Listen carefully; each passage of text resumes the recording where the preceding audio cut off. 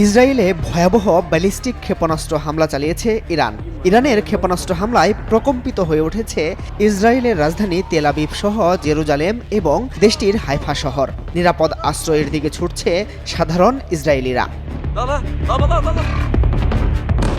জর্ডানের রাজধানী আম্মামের উপর দিয়ে ছুটে আসা এসব ক্ষেপণাস্ত্রের কিছু ইসরায়েলি বাহিনী প্রতিরোধ করতে পারলেও বেশিরভাগই লক্ষ্যবস্তুতে আঘাত হানছে বলে খবর প্রকাশ করেছে বিভিন্ন আন্তর্জাতিক গণমাধ্যম।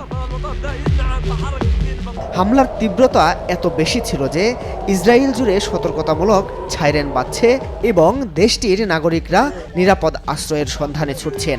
ইসরায়েলের রাষ্ট্রীয় টেলিভিশনে সরাসরি সম্প্রচারকালে রিপোর্টারকে মাটিতে শুয়ে পড়তে দেখা গেছে।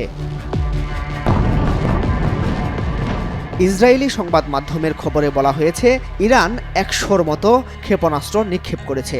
ইসরায়েলের প্রতিরক্ষা বাহিনী এক বার্তায় দেশের নাগরিকদের সতর্ক থাকার আহ্বান জানিয়েছে। একই সঙ্গে স্থানীয় সেনা কমান্ডের নির্দেশনা অনুসরণ করতে বলা হয়েছে। ইসরায়েলকে লক্ষ্য করে ইরানের ক্ষেপণাস্ত্র হামলার কথা স্বীকার করেছে ইসরায়েলের সেনাবাহিনীও। বেশ কিছুদিন ধরে গাজার পর লেবাননে হামলা চালিয়ে আসছিল ইসরায়েল।